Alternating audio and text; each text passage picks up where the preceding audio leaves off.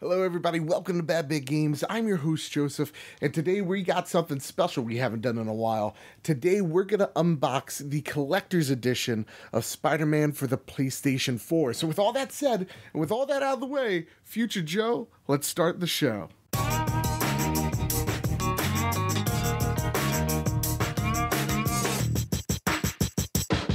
Now before we begin, I almost forgot. This box contains a spoiler.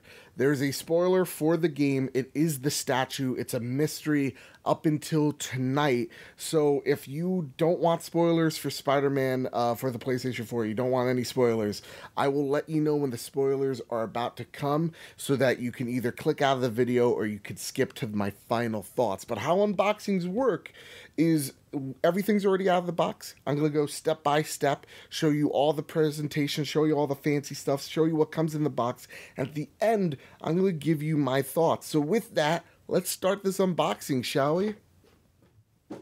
So here's the box that I just threw, and this box retails, this collector's edition retails for $150, and I'm going to be honest with you, I'm a little concerned because of the size, because it's no bigger than my spoon or really much bigger than my small Trump-like hand. So with that, let's see what's inside, and let's open it with the magic spoon and the magic of editing.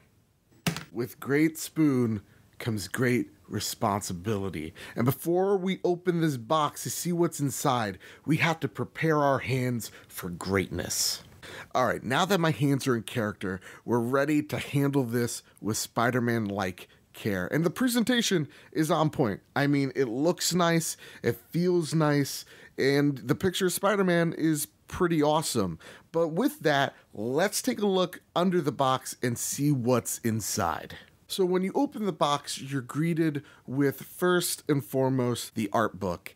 And I'm gonna be honest with you guys. Art books don't do it for me. Usually these images, they're out on the internet. You could put them and turn them into your wallpapers or whatnot. It's nice that they're here because it gives homage to Spider-Man. It shows you all the hard work, but to be completely honest with you guys, I wouldn't open the art book. I never do, because there are typically some spoiler-ish stuff. And I opened this art book and I may or may not have gotten a little spoiled. So wait to open this book until you are done with the game if you plan on purchasing this. Let's get right to the next thing, which is the Steelbook Case. So here's why usually I buy collector's editions. I'm a big Steelbook guy. I love collecting Steelbook cases. I don't know what it is, but there's just something about it. And this Steelbook, I gotta be honest, there's not even the little wording on the side saying that this is Spider-Man. It's just a bland red cover. And when you open it up, you see you have the game, of course. You have the DLC called The City That Never Sleeps, which is cool, but it's whatever. Let's toss it. And then you get this red Spider-Man emblem sticker, and I gotta be honest with you guys. So far, this limited edition is not looking too good. Alright guys, here's the deal. After this part, after you get to the Steelbook, after you get to the art book, there's going to be a little sign that says, warning, this is a spoiler. So we're getting already to the statue that is definitely a spoiler. So if you do not want to see this statue, if you do not want to know anything and you want to go completely blind, I'm giving you a chance right now. Go exit out. So far, though, I'm going to be completely... Don't exit out. Actually, whoa. Spider-Bit made a mistake. There's going to be a link in the comments pinned. It skips right to the ending of the video. Don't click out of it. But if you are, and you're like, I'm not gelling with this, it's fine. Hit like, share, subscribe. You know what I'm saying? But with that, I gave you enough time to do whatever you needed to do.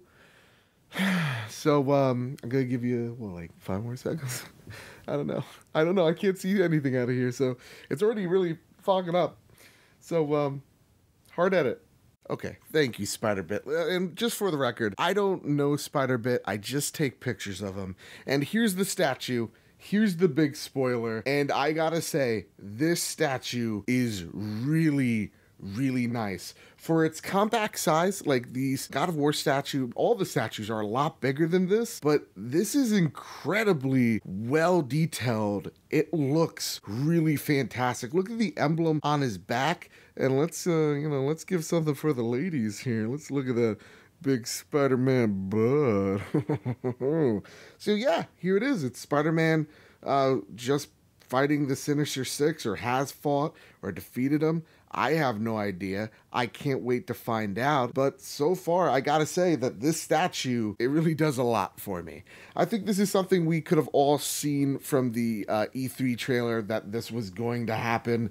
So for me, this statue isn't the biggest spoiler, but I will say that this statue is really, really well detailed. And I gotta be honest with you, it is by far the best statue that PlayStation has made so far. So let's get to what I think overall of this limited edition.